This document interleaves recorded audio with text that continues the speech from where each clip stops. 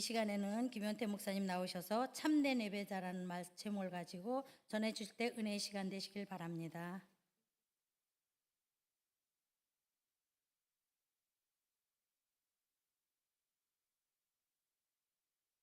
시간을 구별하여 거룩한 자리에 나와 하나님을 예배하며 그리고 수요 저녁 예배를 드리시는 여러분들을 주님의 이름으로 환영하고 축복합니다.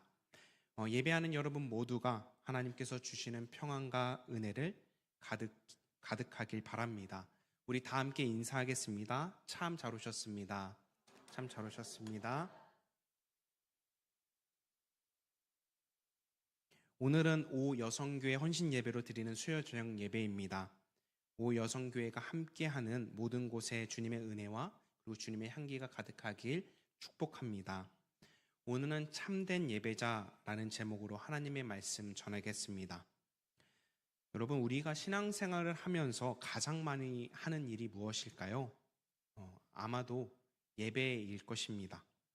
예배에 오래 다녔든 이제 막 믿음을 시작한 사람이든 신앙의 중심에는 언제나 예배가 있습니다. 그래서 사람들은 그 사람의 믿음을 볼 때 예배의 자리를 지키는가를 중요하게 생각하죠. 아무리 믿음이 있다라고 해도 예배를 떠난 삶이라면 참된 신앙인이라고 보기 어렵습니다. 사실 우리가 드리는 이 예배, 인생 전체로 보면 짧습니다. 그러나 하나님 앞에 드리는 오늘 이 자리, 여러분 참 귀한 결단하신 겁니다. 주일 예배뿐만 아니라 바쁜 일상 가운데서 자리에서도 수요 예배 자리를 사모하며 나온 여러분들을 주님의 이름으로 축복합니다.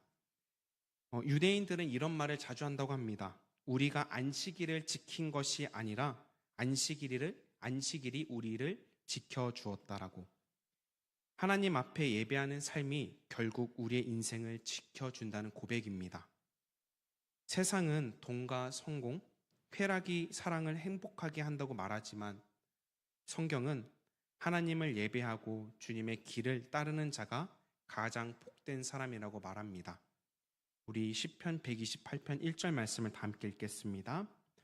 여호와를 경외하며 그의 길을 걷는 자마다 복이 있도다. 아멘. 오늘 본문에 등장하는 야곱의 인생이 바로 그것을 보여줍니다. 하나님은 오늘 본문에서 야곱에게 베델로 올라가 하나님께 제단을 쌓으라고 명령합니다. 왜일까요?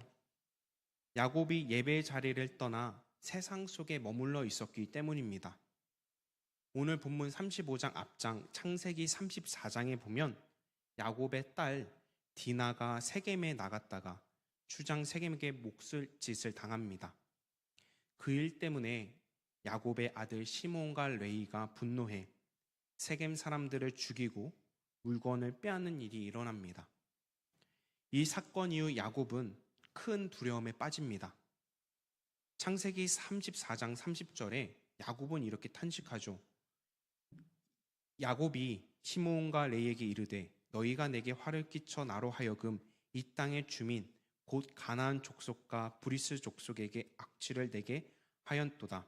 나는 수가 적은즉 그들이 모여 나를 치고 나를 죽이리니 그러면 나와 내 집이 멸망하리라 라고 걱정하고 있습니다. 그런데 왜 야곱에게 이런 위기가 찾아왔을까요? 야곱이 하나님께서 만나 주셨던 그 자리 베델로 가지 않고 세겜에 머물렀기 때문입니다. 야곱은 하나님을 예배하는 그 자리보다 당장 편하고 좋아 보이는 세상의 자리를 선택했습니다. 하지만 그곳은 야곱을 끝까지 지켜주지 못했습니다. 결국 야곱은 깨닫습니다. 하나님을 떠난 세상은 결코 자신을 지켜주지 못한다는 그 사실요. 자신이 의지했던 세상이 오히려 자신과 나의 가정을 무너뜨리는 사실을 경험하게 된 것입니다. 바로 그때 하나님께서 야곱에게 말씀하십니다. 일어나 베델로 올라오라. 무너져가는 야곱에게 하나님께서 가장 먼저 요구하신 것은 예배의 자리를 회복하는 것이었습니다. 하나님은 야곱을 다시 예배의 자리로 부르십니다.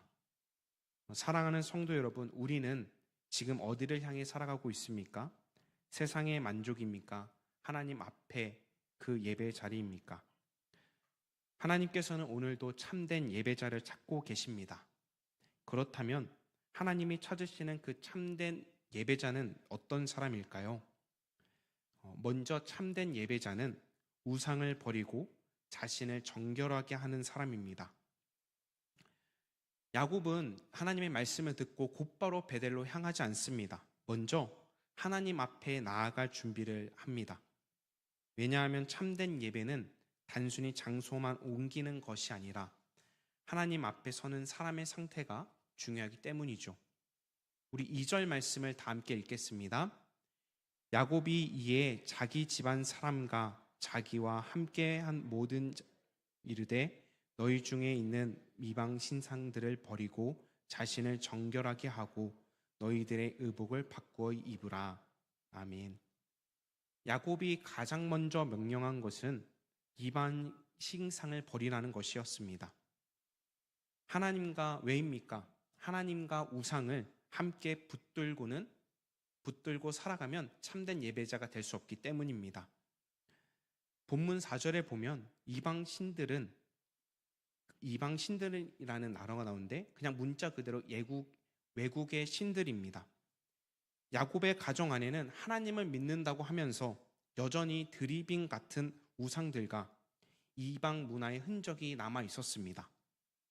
야곱의 무리들이 사용하는 귀걸이조차 우상 숭배와 연결되어 있었습니다.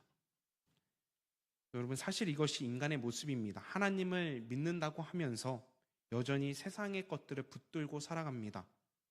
하나님도 붙들고 싶고 세상도 놓치고 싶지 않는 것이 사람의 마음입니다. 그래서 오늘날의 우상은 꼭 나무나 돌로 만든 형상만이 아닙니다. 돈이 우상이 될 수 있고 성공이 우상이 될 수 있고 자녀가, 쾌락이, 인정 욕구가 우상이 될 수 있습니다.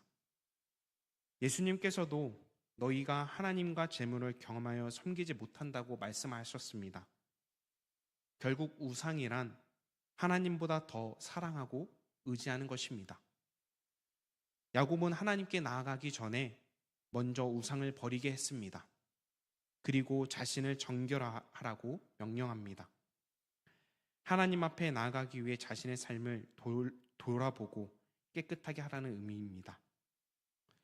왜냐하면 예배는 단지 예배당 안에서만 드려지는 것이 아니라 삶 전체로 드려지기 때문입니다. 또 의복을 바꾸어 입으라고 명령합니다. 이 말 바꾸어 입으라 라는 본래의 의미는 건너가다라는 뜻이 있습니다. 단순히 옷만 갈아입는 것이 아니라 이전의 삶에서 새로운 삶으로 넘어가라는 뜻입니다. 옛 사람의 모습을 벗어버리고 하나님 앞에 합당한 삶으로 하나님 앞에 나아가라는 것입니다. 2절에 나오는 이 세 가지, 이방 신상을 버리고 자신을 정결하게 하고 의복을 바꿔 입으라는 그 동사는 모두 명령형으로 되어 있습니다. 하나님께 나아가는 예배는 여러분 선택 상황이 아니라 반드시 준비되어야 하는 거룩한 일입니다.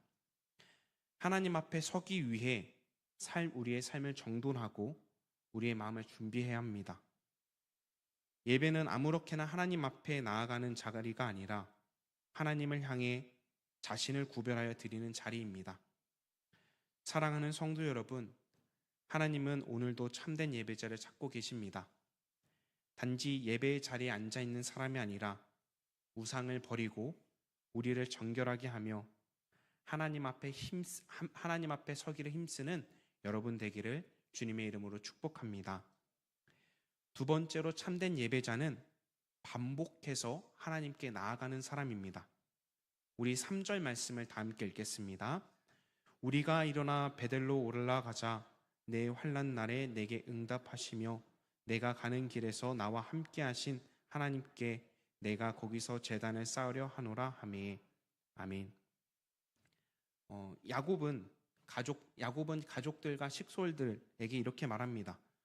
우리가 일어나 베델로 올라가. 자, 여기서 일어나자라는 의미하는 것은 모두에게 제안하고 권유하고 부탁하는 것입니다. 명령하고 강요하는 말이 아니라 함께 하나님께 나아가자고 권면하는 표현입니다. 그리고 올라가자라고 사용된 동사는 이스라엘 백성들이 예루살렘 성전으로 예배하러 올라갈 때 사용한 표현입니다. 그러므로 야곱이 베델로 올라간다라는 것은 단순히 장소를 이동한 것이 아니라 하나님을 다시 만나기 위한 예배의 자리로 올라간다는 그 여정을 뜻하는 것입니다. 여러분, 야곱에게 베델은 특별한 장소였죠. 그곳은 형 에서를 피해 도망가던 밤, 외롭고 두려운 가운데 하나님을 처음 만났던 곳입니다. 그리고 하나님께서 하늘에 사닥다리를 보내주시며 함께 하시겠다고 약속하셨던 그 자리였습니다. 그런데 야곱은 하나님을 만난 후에도 늘 신실하게 살아가지 못했습니다. 때로는 결단하고 때로는 간절히 하나님께 매달렸지만 여전히 자기 중심적인 습성과 세상적인 모습이 야곱 안에 남아 있었습니다. 사실 우리도 은혜를 받을 때는 뜨겁습니다. 기도할 때 우리는 결단하죠. 이제는 정말 주님 의지하겠습니다. 그리고 그렇게 다짐하는데 시간이 지나면서 우리는 다시 흔들리게 됩니다. 세상의 염려에 빠지고 하나님보다 현실을 더 크게 생각하고 그리고 우리는 더 신앙의 정점을 찍었다가 내리막길을 걸어가곤 합니다. 그래서 여러분, 우리의 신앙은 한 번의 은혜로 끝날 수 없습니다. 반복해서 하나님께 나아가야 합니다. 반복해서 예배의 자리로 돌아와야 합니다. 야곱도 이미 하나님을 여러 번 만난 상태였죠. 그리고 이름까지 이스라엘이라고 바뀌었습니다. 그런데 하나님은 다시 야곱을 베델로 부르십니다. 왜입니까? 신앙은 과거의 체험만으로는 살아갈 수 없기 때문입니다. 성도 여러분, 우리는 어제 받은 은혜로 살아갈 수 없습니다. 우리 지난 부흥회, 지난 주일에 받은 그 감격만으로 우리는 평생을 살아갈 수 없습니다. 하나님은 오늘 이 시간 우리를 다시 부르십니다. 베델로 올라오라. 다시 예배 자리로 나아오라. 하나님 앞에 서라. 3절의 야곱은 그래서 이렇게 고백하죠. 내 환난 날에 내게 응답하시며 내가 가는 길에서 나와 함께 하신 하나님께 라고 고백합니다. 야곱은 지금 과거를 회상하고 있습니다. 내가 어려울 때 하나님은 들으셨다. 내 인생길에서 하나님이 함께 하셨다. 또 내가 가는 길이라는 표현에서 그 길은 단순히 길이 아니라 전체를 의미합니다. 하나님은 야곱의 인생 여정을 전체를 함께 하셨습니다. 야곱이 도망자였을 때도 함께 하셨고 약복감에서 씨름할 때도 함께 하셨고 세겜 지금 있는 위기 속에서도 함께 하셨습니다.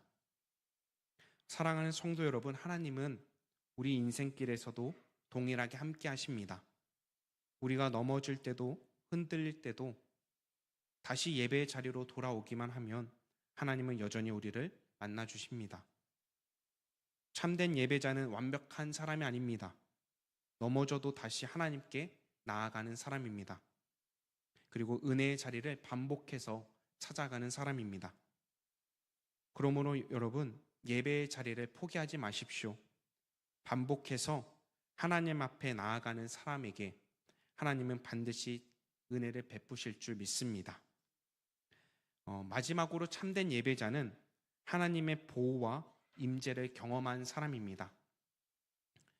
야곱과 그의 가족들이 우상을 버리고 다시 정결하게 하며 베델로 향하자 놀라운 일이 벌어집니다. 본문 5절 말씀을 다 함께 읽겠습니다. 그들이 떠났으나 하나님이 그 사면 고을들로 크게 두려워하게 하셨으므로 야곱의 아들들을 추격하는 자가 없었더라. 아멘.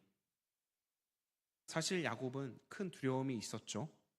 세겜 사건 이후 아들들이 세겜 사람들을 죽였기 때문에 주변 민족들이 자신들을 공격할까봐 두려워했습니다. 아까 그랬죠. 야곱은 그들이 모여 나를 치고 나를 죽일까 두렵다라고 탄식했죠. 그런데 막상 베델로 향해 떠나자 야곱의 예상과 전혀 다른 일이 벌어집니다.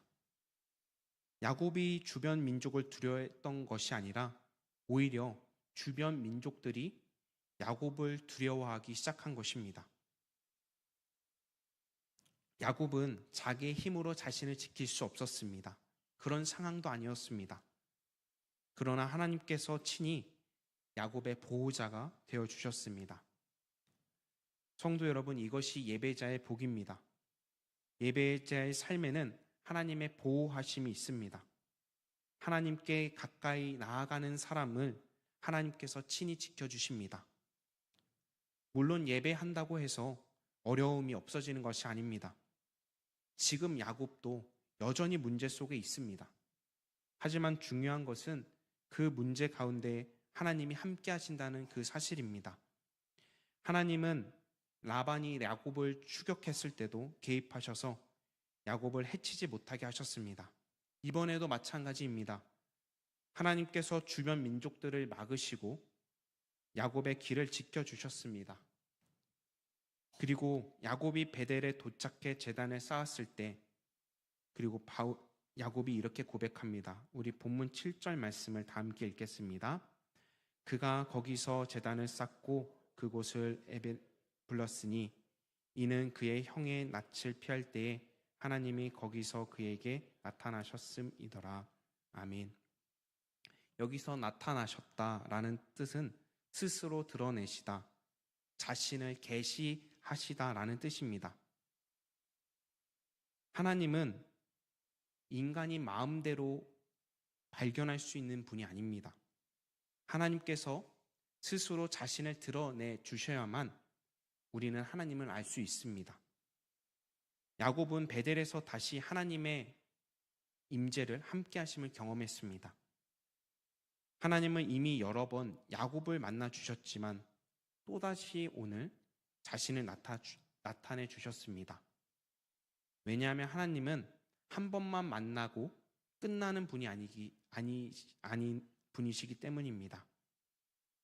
하나님은 반복해서 당신의 백성들을 만나 주시고 붙드시고 회복시켜 주시는 분이십니다. 사랑하는 성도 여러분, 참된 예배의 가장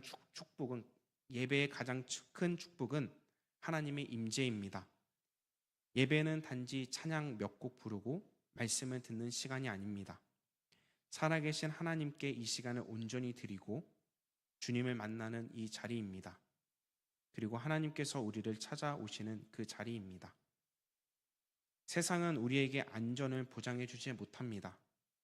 돈도, 사람도, 환경도 우리를 완전히 지켜줄 수 없습니다. 그러나 하나님은 예배자의 삶을 책임져 주십니다.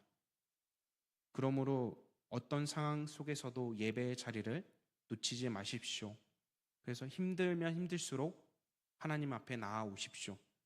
그럴 때 하나님께서 우리의 인생길 가운데 함께 하시고 우리를 지키시고 다시 우리는 하나님의 은혜를 경험하게 하실 줄 믿습니다. 사랑하는 성도 여러분, 오늘 말씀을 통해 하나님께서 찾으시는 참된 예배자가 어떤 사람인지 살펴보았습니다. 참된 예배자는 우상을 버리고 자신을 정결하게 하는 사람입니다. 하나님보다 더 사랑하는 것들을 내려놓고 하나님 앞에 깨끗이 드리는 사람입니다. 또 참된 예배자는 반복해서 주님 앞에 나아가는 사람입니다. 야곱처럼 넘어질 때도 있고 흔들릴 때도 있지만 다시 베델로 올라가 하나님 앞에 서는 사람이 예배자입니다. 신앙은 한 번의 결단으로 완성되지 않습니다.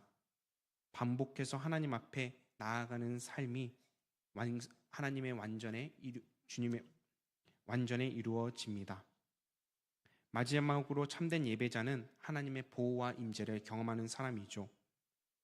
야곱이 베델로 향할 때 하나님께서 그의 길을 지켜주시고 다시 나타나 주신 것처럼 하나님은 오늘도 예배자의 삶 가운데 함께 하십니다.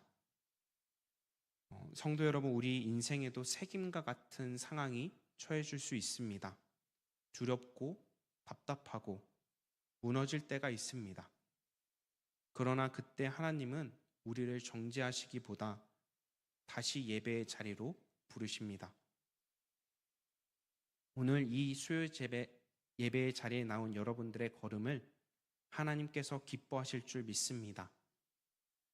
하나님 앞에 나오길 결단한 여러분의 이 시간, 주님께서 기쁘게 받아주시고 다시 힘주시고 회복시키시고 새 은혜를 부어주실 줄 믿습니다.